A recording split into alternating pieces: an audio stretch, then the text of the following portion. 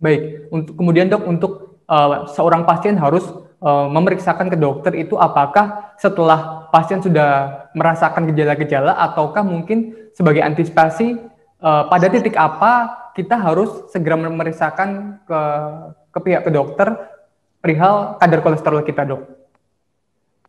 Nah, ini dia, ini yang saya senang. Jadi kita sekarang sudah masuk ke dalam era yang kita sebut sebagai preventif dan promotif, ya.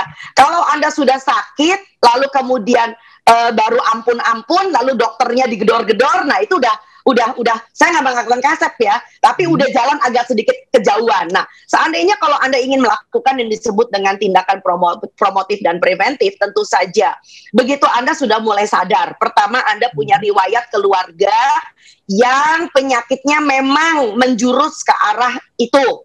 Ya misalnya nih, aduh dulu engkong saya, kakek saya meninggal serangan jantung. Ya, lalu ayah saya juga pernah dirawat karena kena stroke. Lalu om saya, nah dari keturunan yang sama, juga sama, ternyata dia diabetes. Mungkin ada yang salah dengan lifestyle. Ya, jadi yang diturunkan sebetulnya belum tentu penyakitnya, tapi yang diturunkan adalah lifestyle-nya, piring mangkok nasi ingkongnya. Saya bilang begitu ya.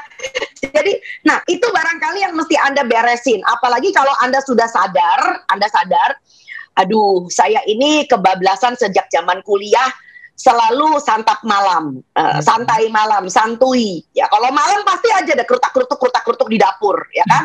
Mendahului tikus-tikus dapur.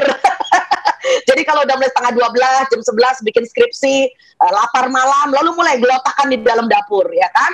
Lalu kemudian ada yang mengatakan bahwa, iya dok, sejak saya kos, nah ini dia, makan saya nggak teratur. Saya lebih banyak makan di luar, ya. Saya nggak punya kebiasaan masak sendiri di rumah, ya. Saya tidak jelas, ya, bahan baku makanan saya itu isinya apa aja. Pokoknya yang saya makan enak aja, bikin kenyang, udah.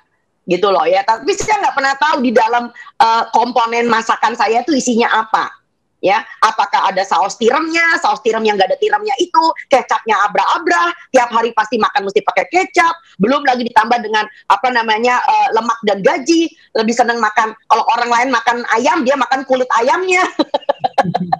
Ya seperti itu ya. Jadi barangkali ya Anda harus sedikit introspeksi. Jadi alangkah baiknya betul banget Mas Alvin bahwa sebelum penyakitnya datang, yuk jangan ceraikan dokter Anda. Silakan Mas Alvin. Saya kembali lagi pada Anda. Terima kasih sudah nonton. Jangan lupa like, subscribe, dan share ya.